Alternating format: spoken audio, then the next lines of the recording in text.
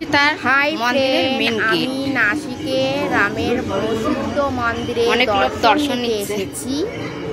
এইখানে দেশ বিদেশ থেকে রামের ভক্তরা কত বড় দর্শন নিতে মন্দিরটা। আসে।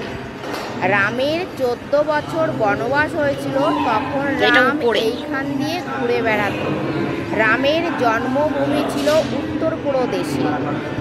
রামের যখন বনবাস হয়েছিল তখন এই নাসিক মহারাষ্ট্রে এইখান দিয়ে ঘুরে বেড়াত, এই বন দিয়ে।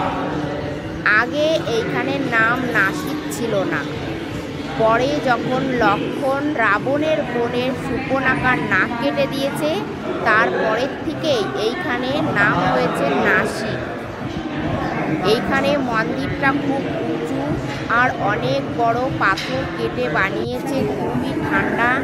এর ভিতরটা কতটা এরিয়া নিয়ে মন্দিরটা তৈরি হয়েছে দেখো।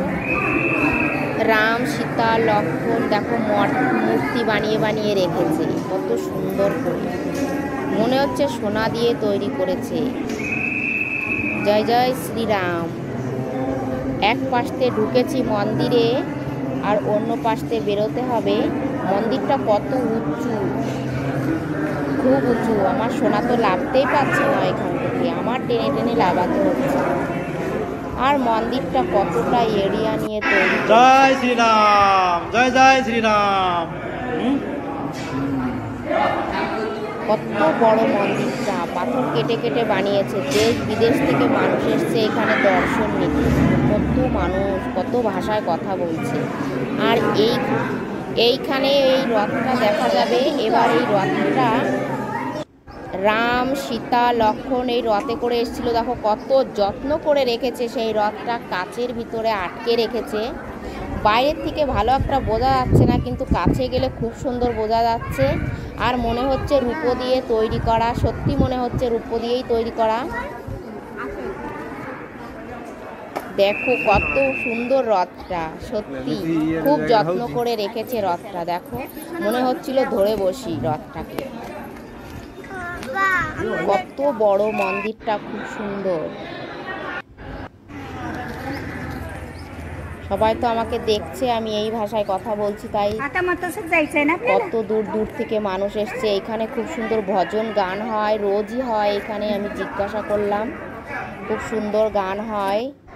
রাম, সীতা, লক্ষ্মণ বনে এসেছিল, সেই রথ এই গাছের ছাওয়ার নিচে এসে একটু ভালো লাগলো। পাটা খুব গরম হয়ে যাচ্ছিল।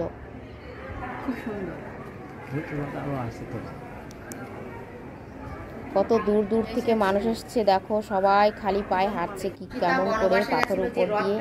কিন্তু এখানে খুব সুন্দর চাটাই দিয়ে দিয়েছে, কারোর পায়ে লাগবে না গরমের তাপটা।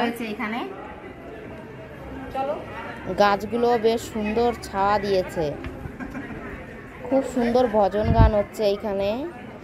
এইখান থেকে প্রসাদ নিতে হয়, সবাইকেই প্রসাদ নিয়ে নিয়ে যেতে হয়। প্রসাদটা খুব সুন্দর স্বাদ করে তৈরি করেছে।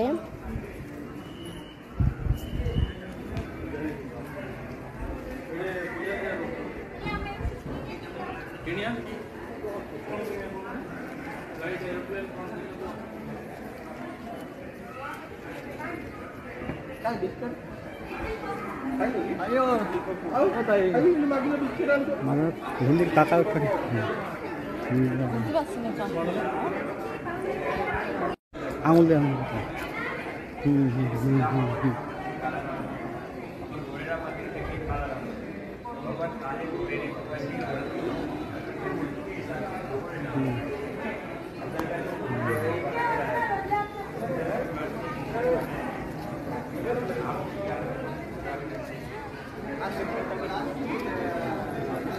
কোনটা কোনটা এসেছেন?